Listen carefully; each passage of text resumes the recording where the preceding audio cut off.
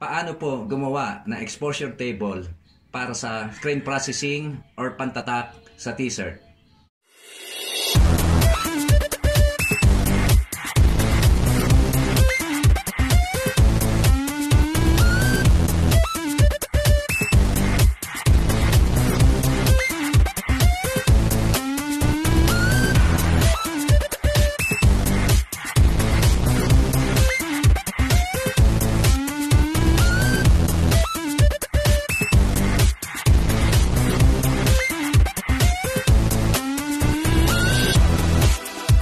Welcome to my YouTube channel, The Hustlers TV.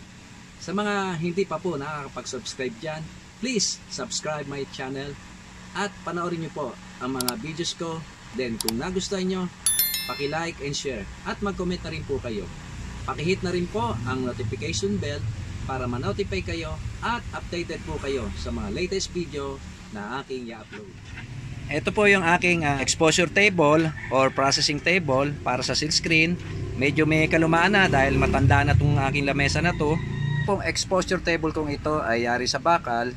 Ngayon kung wala po kayong gamit o welding machine, gumamit na lang po kayo ng kahoy. Ang sukat na kahoy na inyong gamitin ay either 2x2 o 1.5x2 or either 2x2.5 para medyo matibay siya. Dati po kasi nagpa-process lang kami sa liwanag ng araw.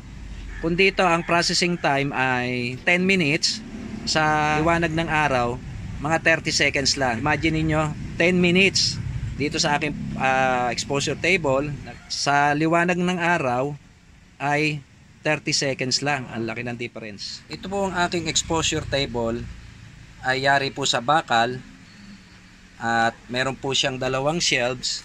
Ayan po, na ito ay plywood lang po na 1/2. Then dalawa po yan. Ito yung isa ay yung pagkakapitan ng ating fluorescent lamp. Then yung isa naman ay patungan na mga squeegee o yung panghagod sa pintura. Ito nakita nyo naman ang kalumaan na. Siguro hindi lang mahigit 20 years na ang tanda nitong aking exposure table. So ang pinakamaganda pa dito ay rip ho, double purpose. Ginagawa pa hong kama o tulugan ng aking alagang pusa na si Brutus. Mahirap naman pong abalahin at baka magwala. Ika nga, magbiro ko na sa lasing, wag lang sa bagong gising. Ngayon kung ang exposure table ay kakabitan nyo ng ilaw, wag ng gantong klaseng ilaw na may balas pa. Ayan yung balas. So mas maganda na yung katulad nito.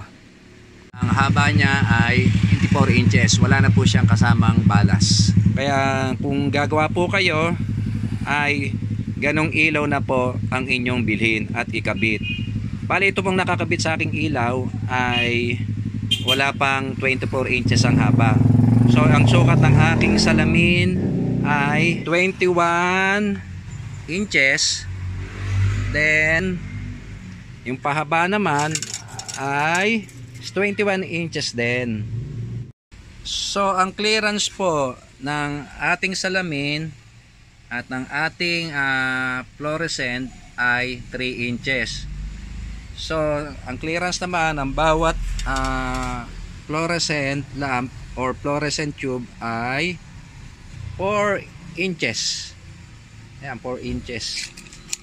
Ang sukat naman ng aking frame ay 23.5. So maring ito rin ay 23.5 din. So wala pang 23, 22.5. So advice ko lang kung gagawa kayo ay gawin nyo ng 24 by 25 para maluwag ho yung fluorescent lamp, hindi sukol na katulad nito. Ayan, kaya hindi ko na matakluban yung tagiliran niyan. Dapat yan may cover pa. So pero okay rin naman, marami na ako na-process diyan kahit walang cover yan. Yung iba kasi talagang yan, kinukulong yan. So para yung liwanag ay hindi lumabas. So ayan po, no. Tapos ang salamin po niyan, ang kapal po ng salamin niyan ay ito po, iangat ko, no. Pasensya na Brutus ha. Ayan po, 1/4 po yan. Standard po yan dahil sinaunang salamin yan. Yung ngayon mga nabibili ay is undersize na o hindi na standard. So maring mas manipis ng kaunti diyan. So ayan po ay merong apat na banggaan yung salamin para hindi lumubog yan. Dalawa, then kakahiya naman kay Brutus. 3, 4. Ayan, so apat yan. So ayan, yung wire po niyan ay rekta na nga po. Yung apat na wire po niyan ay pagsasama-samahin na sa isang gantong katabang wire. Ito po ay number 14 o either number 16, pero sa ganda gamitin niya na ay 14 para mas mataba, para hindi delikado. Mas maganda nga siguro yung mga royal cord na yung may parang balot pa, para protection na rin, no, sa mga kung may mga hayop o daga, sangat-ngat ng daga. Ngayon naman po ay bubuhayin ko ilaw upang makita nyo na dapat lahat siya ay magsisindi. So ayan yung apat na fluorescent lamp, dapat lahat sila ay may sindi. Kasi kung may pundi, hindi po kayo makakapag-process ng maganda. So ayan po. Sana po may natutunan po kayo sa aking video. At hayaan nyo po sa susunod na i-upload kong video ay tuturo ko po sa inyo. Simula po sa paggawa ng screen, pag-a-apply ng chemical sa seal screen, then pagpaprocess, at tamang pagpiprint at paghagod ng pintura sa screen. So yung mga hindi pa po nakakapag-subscribe sa aking YouTube channel, The Hustlers TV, please subscribe. At kung magugustuhan nyo po ang aking mga videos, paki-like and share. At mag-comment na rin po kayo. At don't forget to hit the notification bell para ma-notify kayo sa mga new videos na aking i-upload.